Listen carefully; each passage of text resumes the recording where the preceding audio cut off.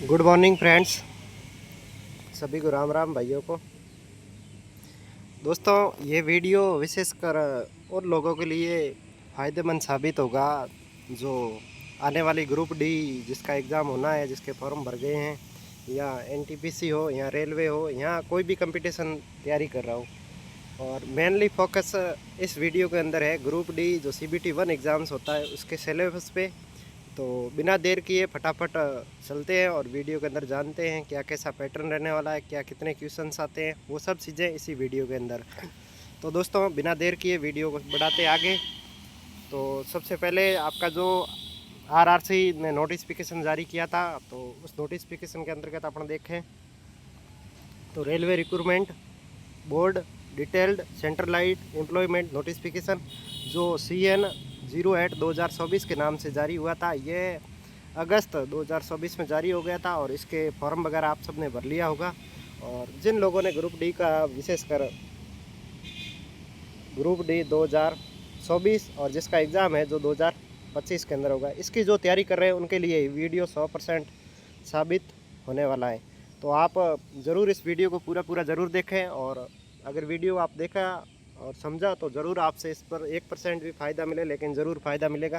तो बिना देर किए बढ़ते हैं आगे। बाकी जानकारी अपन किसी और वीडियो में करेंगे। आज अपन एग्ज़ाम पैटर्न और सिलेबस क्या रहेगा और रिक्रूटमेंट जो प्रोसेस है वो क्या होता है उसके बारे में जानने की कोशिश करते हैं।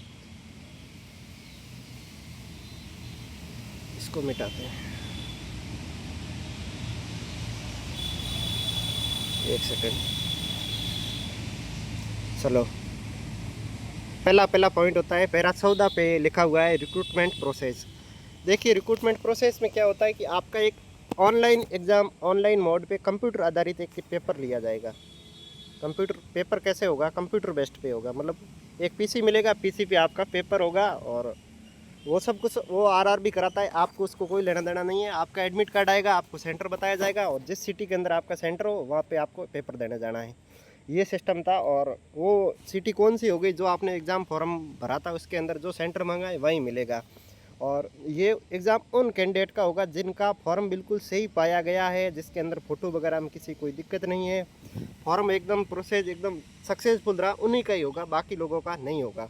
तो देखिए, ये तो काम हो गया। अब दूसरा है recruitment process shall be comprise the following stage. जो रिक्रूटमेंट है, जो इसके कुछ स्टेप्स होते हैं जो मैंने लास्ट वीडियो में भी आपको बताने की कोशिश की थी।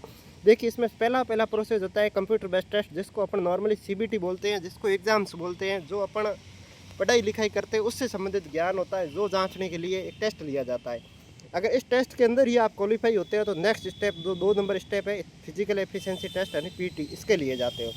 अगर आप PT पास करते हो तो ही आप DVU करा सकते हो। अगर DVU में आप अच्छे से कर पाते हो तो ही आपका मेडिकल होता है। और ये सब कुछ ठीक ठाक अच्छे से क्लियर करने के बाद अगर आप कैंडिडेट एलिजिबल हो तो आपको मेल या जिससे पैनल जारी करते हैं RRC करती है, और उसमें आप फाइनली सेलेक्ट माने जाते हो। ये हर स्टेज की एक वैल्यू है, इनका डेट है, वो सब कुछ अपनी जो RRC है वो फिक्स करती है।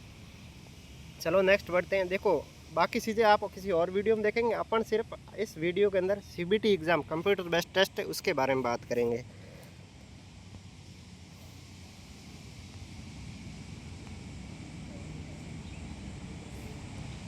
चलो, कंप्यूटर बेस्ड टेस्ट।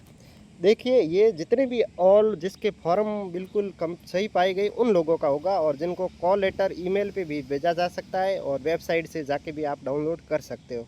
तो जो ऑनलाइन आपका एग्ज़ाम होगा, एक PC मिलेगा, PC के अंदर आपका पेपर आएगा, आपको बैठाया जाएगा, और वो कैसे क्या होगा, उसके अंदर क्या सिस्टम रहता है, वो सब कुछ आपको अब जानते हैं। देखिए दोस्तों, यहाँ एक अच्छी सी एक टेबल बना रखी है सुंदर सी डिज़ाइन के अंदर, जिसके अंदर ये पूरी आप टेबल देख सकते हो। इस टेबल के अंदर आप बात करें तो एग्ज़ाम ड्यूरेशन ऑफ मिनट्स, मतलब आपका जो एग्ज़ाम्स है वो मिनट्स की बात करें तो 90 मिनट का एग्ज़ाम्स होगा, और घंटे की बात करें तो आप 1.5 घंटा समय मिलेगा। और नंबर ऑफ़ क्वेश्चंस, ये क्वेश्चंस अलग अलग दे रखे हैं, और आपको ये भी बताया गया है कि प्रत्येक क्वेश्चन 1 नंबर का है। ऐसा किसी भी सब्जेक्ट का हो, आपने एक क्वेश्चन अगर सही किया है तो उसके कितने नंबर मिलेंगे? 1 नंबर मिलेंगे। देखिए, पहले अपन जनरल साइंस की बात करें तो जनरल साइंस के आपके 25 क्वेश्चन आएंगे, तो 1 नंबर का एक क्वेश्चन है तो टोटल कितने नंबर हो गए? 25 नंबर हो गए। उसके बाद है मैथमेटिक्स, जैसे आप आम भाषा में गणित बोलते हैं, और गणित के भी 25 क्वेश्चन आएंगे। और जनरल इंटेलिजेंट या जैसे आप रीजनिंग बोलते हो, जिसके क्वेश्चन कितने आएंगे, 30 क्वेश्चन आएंगे। इसका बहुत ज़्यादा वेटेज है। सबसे ज़्यादा अगर किसी ग्रुप डी के अंदर क्वेश्चन आते हैं तो रीजनिंग के में के आते हैं। तो आपको रीजनिंग पे बहुत अच्छा फोकस और पकड़ करनी पड़ेगी। और रीजनिंग इतना टफ सब्जेक्ट भी नहीं है, आप महीने 2 महीने में अच्छी पकड़ बना सकते हो। अगले सब्जेक्ट की बात करें, जीए एंड सीए मतलब general awareness and current affair. इसके टोटल 20 क्वेश्चन पूछे जाते हैं। इसमें नॉर्मली 10 से 12% करंट अफेयर के होते हैं, बाकी हिस्ट्री, जियोग्राफी, इंडिया, वर्ल्ड वगैरह वगैरह कुछ पूछा जाता है। और इन सबको अगर मैं जोड़ूँ 25 + 25, 25 + 25 + 30 + 20, तो ये टोटल 100 क्वेश्चन होता जाते हैं। और अगर एक क्वेश्चन की बात करें तो एक क्वेश्चन अपना होता है,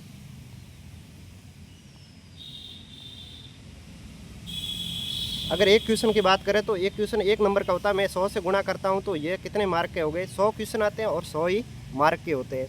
देखिए यहाँ पे एक स्टार लगा के रख रखा है, इसका मतलब क्या है दोस्तों, ये एग्जामिनेशन में कुछ कैंडिडेट ऐसे होते हैं जो PWD होते हैं, मतलब जो दिव्यांगजन होते हैं, जिनमें मतलब कुछ डिसेबिलिटी होती है, उन लोगों के लिए यहाँ जो जिसका मतलब किसी एक ऐसे कैंडिडेट भी होते हैं जिनके हाथ काम नहीं कर रहा हो, खुद लिख नहीं सकते, वो स्क्राइब लाते हैं साथ में, मतलब एक हेल्पर होता है। और जिसके द्वारा एग्ज़ाम, उन्हीं लोगों को, ये जो नॉर्मल कैंडिडेट को 90 मिनट मिलते हैं, इसकी जगह उनको कितने मिनट मिलते हैं, 120 मिनट, मतलब लगभग 2 घंटे का समय मिलता है। इस बारे में बताया गया है। इसके साथ साथ दोस्तों ये सब कुछ चीज़ें आपको बताई दी है पेपर के बारे में। और तीसरी सबसे इम्पोर्टेंट बात है वो है कि there will be negative marking and 1/3 mark shall be deducted as each wrong answer. इसका मतलब दोस्तों आप सीधे सिंपल भाषा में मैं आपको बताने की कोशिश करूँ तो ये है कि अगर मान लीजिए आपने 30 क्वेश्चन, मान लीजिए आपने 30 क्वेश्चन पेपर के अंदर गलत कर दिए और 70 क्वेश्चन आपके सही है, तो देखिए नेगेटिव मार्किंग का मतलब ये होता है कि यह देख रखा है कि 1/3। इसका मतलब ये होता है कि आप 3 क्वेश्चन गलत करते हो तो 1 क्वेश्चन आपका सही काट लिया जाएगा। मतलब इसका मतलब ये हुआ 30 क्वेश्चन आप गलत करते हो तो आपके कितने सही क्वेश्चन काट लिए। देखो 3 का ये कितना गुना है, 10 गुना है, तो 1 का भी कितना गुना कर लो, 10, तो आपके 10 सही क्वेश्चन है वो काट लिए जाएंगे। अब मान लो आपने 70 क्वेश्चन सही थे, 70 में से 10 माइनस हो गए, तो अब आपके क्वेश्चन जो रो मार्क बचे वो कितने बचेंगे, 60 बचेंगे। तो इस बात का आपको विशेषकर ध्यान रखना है और ये गलती कभी नहीं करनी है, क्योंकि नेगेटिव मार्किंग से बचना ही सिलेक्शन के बहुत पास पहुंचाता है। चलो अगले पेज, अगली स्लाइड पे चलते हैं और आगे बताते हैं।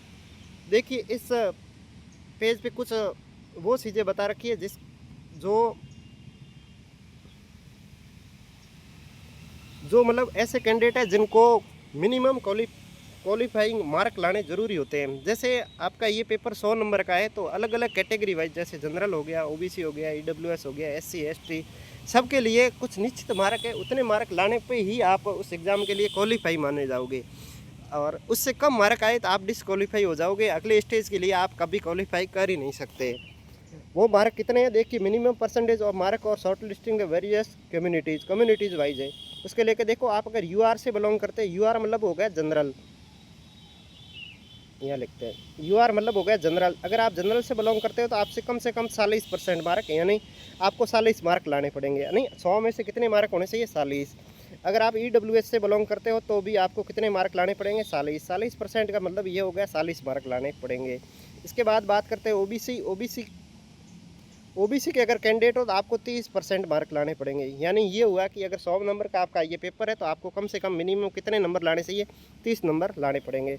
इसके बाद बात करते हैं SC शेड्यूल कास्ट का अगर आप कैंडिडेट हो तो आपको भी कम से कम कितने मार्क लाने पड़ेंगे, 30%।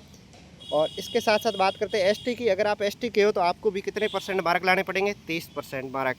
ये तो बात हो गई किसके लिए, कम्युनिटी वाइज। अगर आपको क्वालिफाई इस पेपर को करना है तो आपको इतने मार्क तो लाने कंपलसरी है। इससे कम आपके अगर मार्क होंगे तो आप अगले स्टेज के लिए डिसक्वालीफाई हो जाओगे।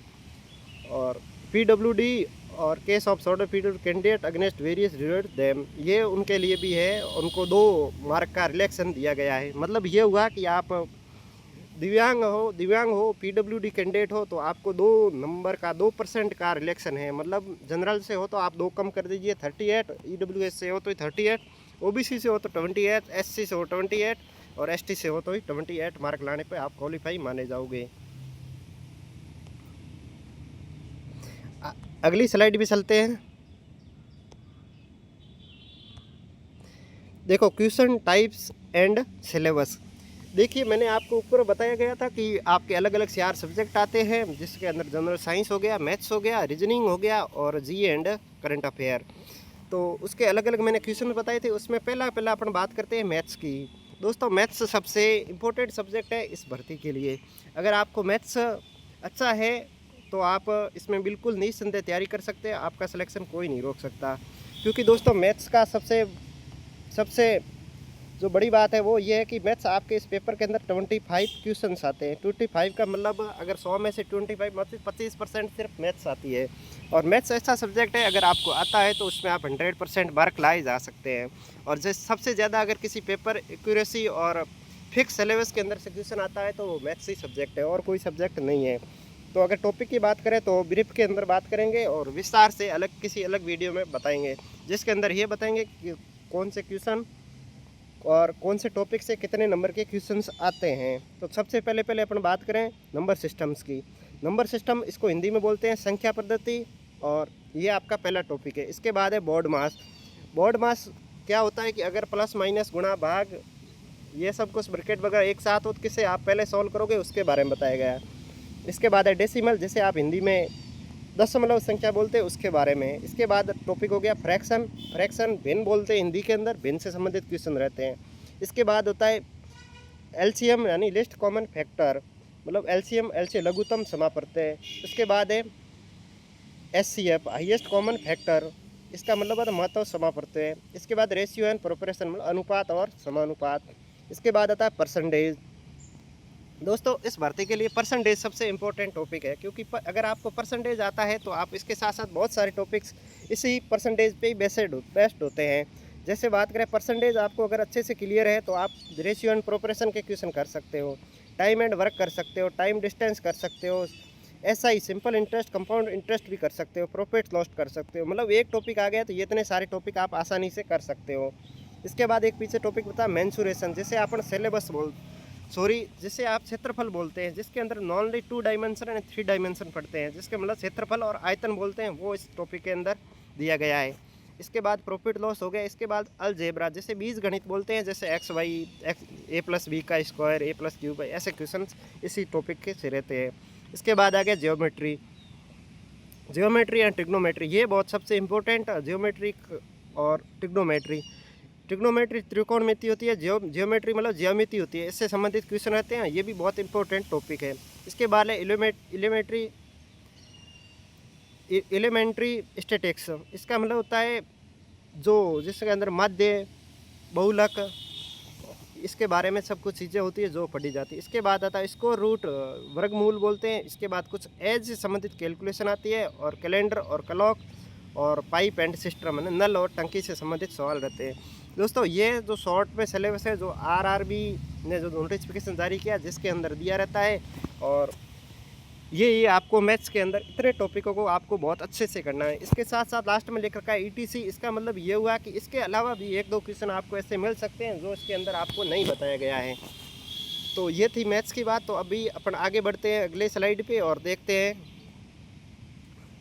हैं अगले टॉपिक के बारे में। देख लो सेकंड जो अपना B है वो है वो अपना है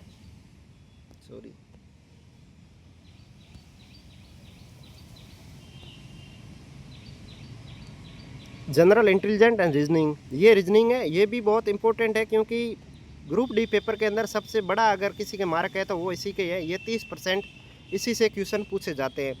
30% का मतलब होगा 30 क्वेश्चन। सबसे ज़्यादा अगर किसी सब्जेक्ट के क्वेश्चन पूछे जाते हैं तो वो रीजनिंग के हैं। रीजनिंग के ज़्यादा टॉपिक्स नहीं है, सब छोटे छोटे टॉपिक्स है। जैसे एनालॉजी हो गया, अल्फ़ाबेटिकल एंड नंबर सीरीज के क्वेश्चन आते हैं, कोडिंग डिकोडिंग आते हैं, मैथमेटिकल ऑपरेशंस आते हैं, रिलेशनशिप्स आती है, सिलोजिज्म आता है, जम्बलिंग आती है, वेन डायग्राम आता है, डाटा इंटरप्रेटेशन आता है, और सुफिशियंसी आता है, कंक्लूजन एंड डिसीजन मेकिंग आता है, सिमिलरिटीज़ एंड डिफरेंसेस आते हैं, एनालिटिकल रीजनिंग्स आती है, क्लासिफिकेशन आता है, डायरेक्शन आता है, स्टेटमेंट एंड आर्गूमेंट आता है, और कंसेप्शंस आते हैं। इसके साथ साथ कुछ टॉपिक ऐसे हैं जैसे कैलेंडर एंड क्लॉक, जिसका ऊपर बता दिया है, इसके अंदर नहीं बताया। विशेषकर वो टॉपिक अपन रीजनिंग के अंदर ही पढ़ते हैं, कैलेंडर एंड क्लॉक, ये टॉपिक इसी के अंदर पढ़ते हैं। इसके साथ साथ ब्लड रिलेशन के भी क्वेश्चन पूछे जाते हैं, जो कि यहाँ पे अभी इस सिलेबस के अंदर नहीं दे रखे हैं, लेकिन ब्लड रिलेशन से अच्छे खासे क्वेश्चन इस भर्ती के अंदर पूछे जाते हैं। तो चलो अगले पेज पे चलते हैं। अगला है जनरल साइंस। देखिए सी है general science. General science the syllabus under the shall cover physics, chemistry, life science 10th standard.